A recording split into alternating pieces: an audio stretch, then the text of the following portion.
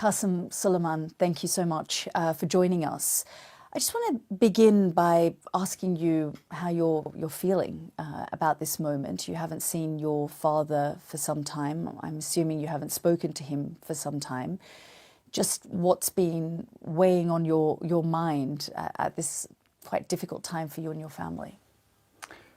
I mean, it's quite easy to feel quite helpless recently. I mean, we can't do that much. A lot of the efforts we've made have been in vain, or they've in fact kind of made things worse on that end. So when it comes to Pakistan, it's easy to just kind of feel helpless and quite far away from everything.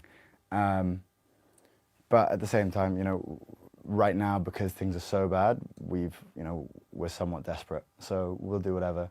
That's why kind of, we're here.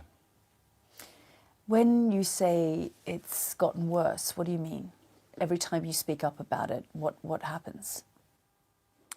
So when we spoke up last time, I remember there was a period where, in fact, after the Marion Naufel interview, the first one we did, there was a long stretch where we didn't speak to him. I think it was about 3 months. The next time we spoke to him was just after a different interview, and then it then went 4 months since we spoke to him again. And I think they basically wanted to say, oh, look, we're allowing him conversation, but straight after that, with us, which the court orders, but they never really adhere to. Straight after that, then they go back on the blackout, and now it's the worst blackout it's ever been for him. I mean, he's completely isolated. We heard today they don't even allow the guards to communicate with him. It's all kind of psychological torture tactics, and it's got so bad where I think he had something like, it was like 20 minutes outside, outdoors a day or something like that, and as well as that, no contact with family, no contact with personal physicians or anything like that. So they use all of these different tactics to try and completely isolate him. No books, that's a brutal one for him. So yeah, all of these different tactics they use just to try and break him, but he's very tough to break. Yeah, and especially since on Friday, a spokesperson from the army held a press conference essentially announcing that he's now officially in full isolation, but since the last visit that he got from his family, which was the first one he'd had for a whole month, he wasn't allowed to any visits for the whole of November. And according to international law, any over 15 days of solitary confinement is considered psychological torture. And yeah, since that press conference, he's essentially been officially put in isolation, and not just that, he was labelled mentally ill, delusional, and a national security threat. So that's all pretty stressful for us and kind of made us want to contribute more. This defence minister, by the way, was lying through his teeth through the interview. I'll openly say it, because he was saying we had regular contact with our father. He was like, "Oh, come, they can come and visit." They'd said earlier that we get arrested if we go over there.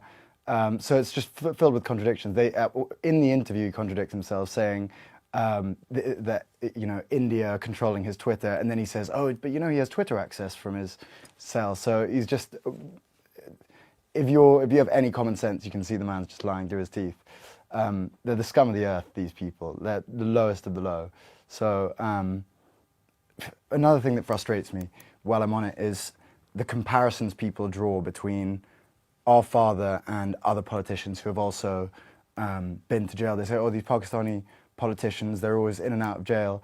They're in jail for about 3 months at max. Then they take a deal, they have no integrity, they take a deal, they go to England, a few years later the army says you can come back, and then they're suddenly back in power or around power. He's been in a solitary confinement cell for over 2 years where he's had filthy water, he's around inmates who are dying of hepatitis, the conditions are disgusting, and also he's completely isolated from any human contact. Anyone who was corruptible would take any of these deals that they've offered him, coming to England or going into house arrest. He is, these comparisons with these other politicians are laughable. He would never take a deal and leave all of his other party members in jail to die and fester in these jails. And instead, he stays in those conditions. He's happy to rot if it means that he can move towards his goal of ridding Pakistan of corruption, a goal that he has stated to us a million times. So the comparisons are infuriating, to be honest. I want to ask a little bit more about his conditions in prison. You spoke a little bit about what it's like inside, but what do you know about how he's coping in there, solitary confinement? If you can describe to us what that's like inside there and how he's doing. I mean, he's a 73-year-old man as well. Who's been shot 3 times in the past few years. He, as well as that, I mean, I said that the water's filthy, the food's nowhere near up to scratch. The only doctors he sees are these kind of military doctors. He's not able to see personal physicians or anything like that.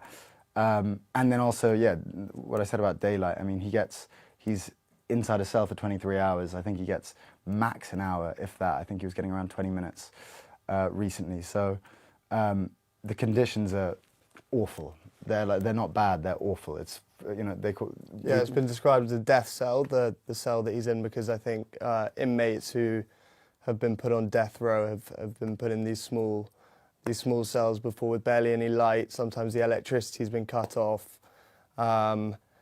Dirty water, as Carson was saying, and just completely substandard conditions that don't meet international law for any sort of prisoner. So what went through your minds when you saw the images of him that were circulating on social media, that perhaps he'd died or he'd been killed? There were all sorts of rumours swirling because, of course, there was no family contact, even though every Tuesday family members, based on the court, are supposed to see him and make contact with him, and they hadn't for several weeks. Yeah, incredibly stressful, obviously. Yeah, I went straight onto kind of my family group chat, because that's the only reliable source that we have on the ground in Pakistan, but even they couldn't really answer us, because they tried to reassure us by saying I'm sure they won't touch him, but they couldn't confirm anything because no one was allowed to see him for the whole month of November. So it was only a couple of weeks ago that one of my aunts was allowed to go and see him, and then since then it's been this almost official isolation that's been announced. So, and I mean, for us, it's like, I always say, like, we kind of compartmentalize quite effectively, because you have to do that if you can't constantly think that your father's in a solitary confinement cell getting tortured. But I remember it's just, you go on Twitter and suddenly you see just, Imran Khan dead, his body being transferred to this. It's like, it's obviously very jarring, and it obviously pulls you out of whatever you're trying to do in your normal life, especially how helpless we are over here, not able to do much at all. So it's not ideal at all. And what did your aunt say about seeing him after that period, when that started to generate a lot of headlines and the international media got involved, the international community got involved? Suddenly she was allowed to see him again. What did she say about how he was? She reassured us that he was well, and yeah, he seemed healthy and well, but he was furious about the conditions he's being kept in, and he dictated a tweet, I think through her, or maybe, potentially through her, and I think that tweet has partly led to this reaction from the establishment to completely try and isolate him now. Yeah. I also wonder, you talked about the fact that, you guys have been warned not to come, even though the Defence Minister said you're welcome to come and you can visit him. Have you guys tried? Have you tried to engage with the Pakistani government to allow you to go and see your father? Yeah, we're now planning, because they said it openly, so unless they go against their word again, then we should be hopefully going in January. We applied for our visas, but we were, it hasn't come through yet. We're expecting it to come through, so we're planning a trip in January. And do you guys miss Pakistan? Going there and spending time? Loads. The whole time. The mountains was our favourite. As in, we'd go up to the mountains, we'd drive about 6 hours up from Islamabad up into the mountains, and then we'd go on these long 7-hour walks up to this place, Nathioghli, and we would, it's like the most beautiful place you can imagine. With kind of, it reminds me of when you watch King Kong, that Skull Island where you have all of these massive insects. There were slugs this Oh big. my There were gosh. these wasps that didn't sting you with these big snubs. The whole thing, it's like a kind of fairy tale land. It's my favourite place, and we haven't been able to go up there in years. In about 7 years, Wow. we would go at least once a year, if not more.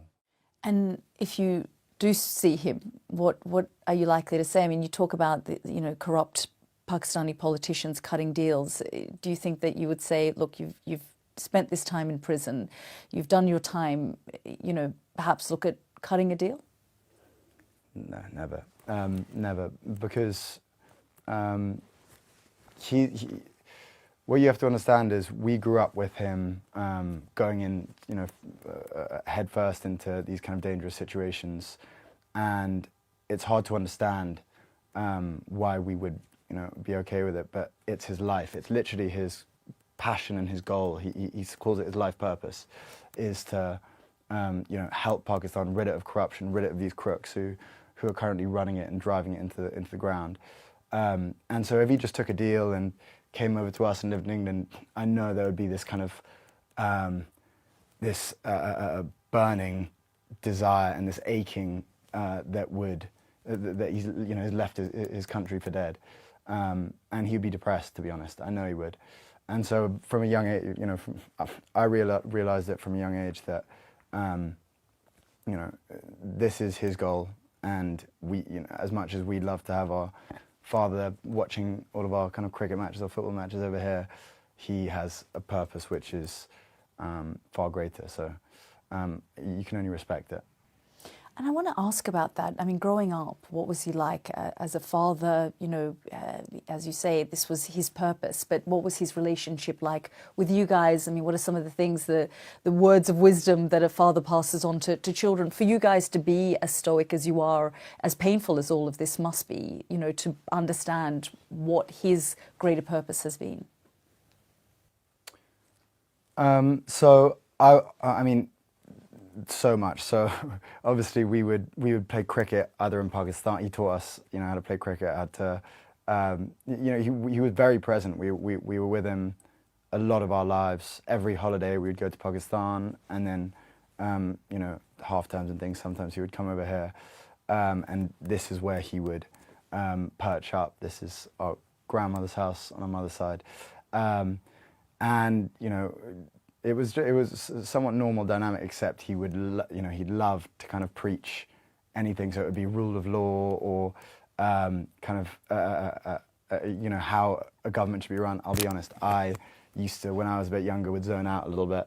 It wasn't my kind of favourite point of, you know, a topic, and I'd prefer to kind of watch something interesting. Whereas Suleiman and him would be in these long debates about politics, religion, and he would love it. But he, you know, he is a natural lecturer, so millions of lessons. But that's what makes it all the more frustrating when people call him corrupt, because why would he be preaching this kind of stuff to a 6-year-old and a 4-year-old who don't even understand what corruption means, or, you know, we did, but why would you preach that to someone at such a young age if it wasn't your passion, if it wasn't everything, you know, it wasn't everything that he stood for.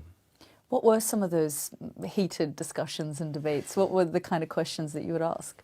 Well, yeah, I think it was usually sort of, I was coming from a perspective of growing up in the West, and just like Western values, I suppose, again, versus, I was kind of slightly playing devil's advocate sometimes, but just Western values versus maybe the values of a more conservative Islamic country. And we just have like quite civil debates, and just to help me learn about politics and life in general. Faith as well. That's probably the thing he's most wanted to impress on us growing up. Every time we speak to him on the phone since he's been in prison, that's what he wants to speak about the most. Once sometimes we don't even get to ask him how he is, because he'll just quickly say, "Oh, I'm fine, don't worry about me, but here's the lesson that I want to teach you about such and such." When was the last time that you spoke to him? I mean, Suleiman hasn't spoken to him in, nearly 5 months, around 5 months, since July. I was able to get 5 minutes in before they cut it off about 4 months ago, because I dared bring up the topic of whether we'd be able to get him out of prison, some basic conversation on strategy, and it just got cut off before Suleiman could even join the call. So, we don't speak to him at all. But one of the first things you asked earlier, kind of what we'd speak to him about, one of the first things, if it's not the first question, it's the second question, was always, how is your grandmother, whose house it is here, who he loved, tweeted that he loved her like a mother. We haven't spoken to him since she died only a couple of months ago, and I would love to speak to him about that. He called her his mother after his own mother had passed, and their relationship was so close. So I'd love to speak to him about that. This is actually where he would sit. We would always be here every time, and it would be our grandmother on that side, our father on this side, and then me and Suleiman would just listen as they would just make each other laugh more than I would ever see him laugh. And because she was quite ridiculous. And yeah, so the memories of that are quite sad now, because obviously the positions of both of them, but it feels a bit like an empty vessel, this house. Yeah. But it's good to be back. What else would you say to him? I mean, if you could send him a message now through this, what would you say to him? I mean, at this point, it's hard not to speak, just to get desperate. I want to know how we can get him out, how we can help, because the main point is we feel so helpless at this point. But we're not allowed to speak about that, obviously. So we would, avoid the elephant in the room. And I mean, there's so much to catch up on. What we've been doing in the past 6 months. How is life with us? And he refuses always to talk about his conditions. He's like, oh, don't worry about me. How's everything? He wants to just kind of absorb as much about what we're doing as possible. So he has something to think about when he's in there. Doesn't want to dwell on, his situation. Was he critical of how you guys played cricket? He was actually quite polite. Yeah, he really wasn't. No, he wasn't at all, actually. No, he said, you either have the kind of passion to be professional, and then he would push us, or if we didn't want to be, then play it for fun and enjoyment. And I think he realised it was probably the latter. That's from a charity match where me and my father actually got to bat together in a partnership.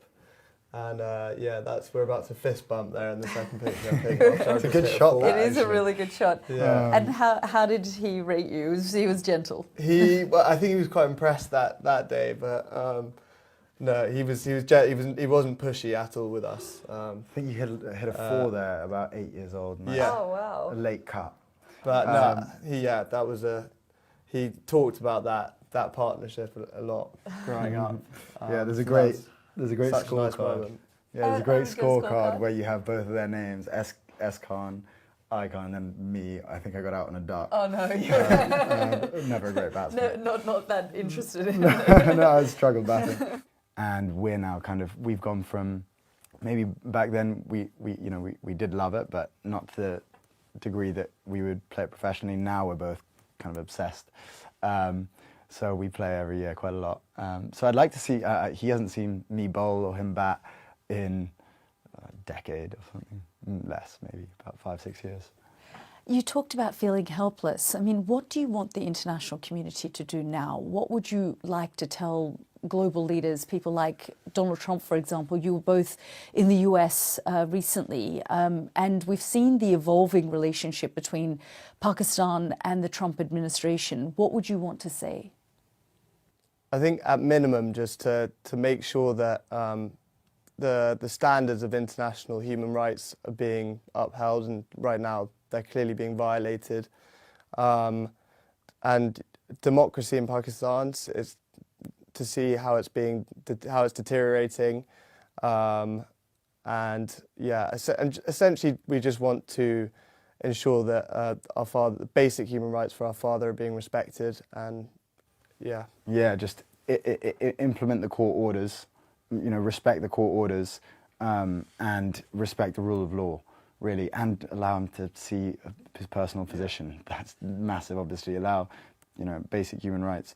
It's those three things. And also, if possible, independent monitoring of his conditions, because we have no idea what it's like until someone goes to see him and speaks to him. So, I spoke to a representative of the Pakistani government who said to me, we don't have control over what the jail does and the jail staff and the treatment, and also brought up the 200 plus cases of corruption against him and various other cases. How do you react when you hear that from the Pakistani government? I mean, they're all crooks. They are the lowest of the low. They'll do whatever it takes, whether it's torture, whether it's disrespecting democracy and rigging an election. They'll take any sort of deal. And as you see with Donald Trump, they elected him as for the Nobel Peace Prize. They'll do whatever it takes to stay in power for wealth and for control. It's the current government and the army they're laughable, and it's very, very clear to see how corrupt they are if you do the slightest digging. So there's not much you can say other than they're just it's a crooked system run by crooked people. Yeah, it's not even digging really. I think the international media it's been pretty widely reported that the previous elections in February 2024 were rigged. Their mandate, it's not PTI's mandate was essentially stolen. The UN. Everyone knows who the most popular leader in the country is. And the UN, Amnesty International have all called it an arbitrary detainment. It's right there in front of us. Yeah, as someone said, it's not digging. It's just reading any of the articles. So yeah. And I'll get to the UN Special Rapporteur's latest report in a moment, but I want to ask a little bit more about the fact that the Army Chief, Asim Munir, they changed the constitution. He's given himself a lifetime amnesty and, immunity. I just wonder, Imran Khan, if he becomes aware of all of these changes, and he may be aware, it's hard to know, what he would be thinking about all of these shifts and changes that we're seeing now in Pakistani politics. I don't think he'd be surprised at all, because I think it's quite clear that it was heading towards basically what it is now, which is a military dictatorship in everything but name. So I think he probably knows about this already, and part of the reason he's being silenced and isolated is because they know that he's inevitably not going to stand for this and going to kick up a fuss about these amendments. The country is just obviously sliding towards a military dictatorship. So, I don't think he'd be surprised at all. Do you think he'll ever get out? It's getting harder to see a route out at this point. We try and have faith, but at the same time, right now the conditions are getting worse. The people in power are becoming more entrenched, as you say. So it's very hard to see a way out, and a lot of the people we speak to, the kind of advisors, are seeming less and less confident every time we speak to them. So we're now worried we might never see him again. It's good to see this defense minister say, "Oh, welcome, come," because now we actually, we have that recorded. We can go over there and hopefully we can see him. But I still have my doubts. And also the fact that he's not the sort of person who's going to make any compromises or cut a deal. So, at the moment that looks like the only easy route out. But I think international pressure is always an effective way of forcing change in these situations. I wonder on messages, what you would say firstly to the Pakistani government, and what would you say to the Pakistani people Because, you know, many say that they are too held hostage by corrupt governments and these authoritarians who are changing their constitution, and it's going down a slippery slope of authoritarianism. I would say to keep the faith and to keep making noise, even though the government and the establishment are trying to scare them into silence as much as possible. Peacefully protest if you can, and just don't allow yourself to be sort of browbeaten by this essentially dictatorship now. I've spoken to your aunt as well, Imran Khan, and she talked about the fact that she isn't able to see her brother, but the treatment of his sisters has also been quite horrendous, where they've been left outside the prison. They haven't been allowed in. You know, they try and go every Tuesday. What are they saying to you guys about, you know, the treatment that they're getting? I think one of our aunts was manhandled a few weeks ago when she tried to go to see our father on one of the Tuesdays that they're mandated to see him. They're never really allowed. It's once every now and again they're allowed in. And it's never usually all of them. It's one random one, at any time. So, and I mean, you say manhandled. One was dragged through the streets by their hair.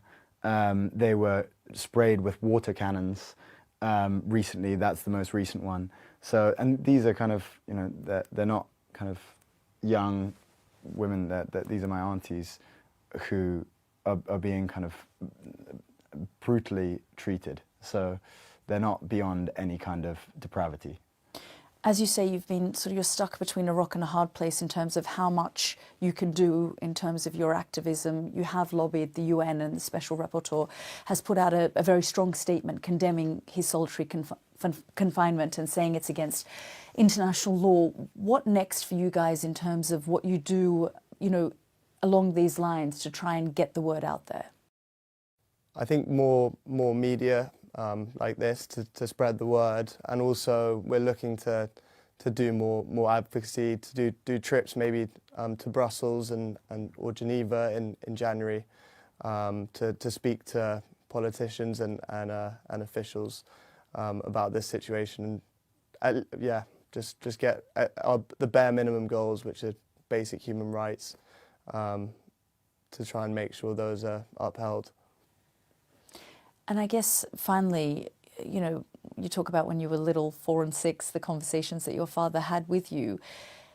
As you were growing up, did you think you would ever be in this position, lobbying for his release from prison? Because, of course, the path that he was going down was always a dangerous path, you know, going into... There has been no leader of the country, a Prime Minister of Pakistan, who hasn't spent time in prison since the creation of the state. It's always been that murky relationship between civilian government and the military and the intelligence agencies of the country. Did you think that you would be faced with this day? Yes, probably, realistically, because we spent, you know, he especially, my brother, spent a lot of time asking him not to go into politics when there were kind of these dangerous characters killing people consistently. Except there's one really important thing that I want to clarify on that. You know, everyone says, oh, you know, all of these Pakistani politicians, they go to prison.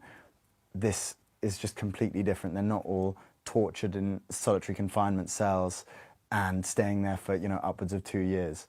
It's a completely unique situation, and it's the first time someone with integrity has been put in prison. What do you think they're afraid of? Popularity, yeah. Yeah. He's the most popular person in the country by a landslide.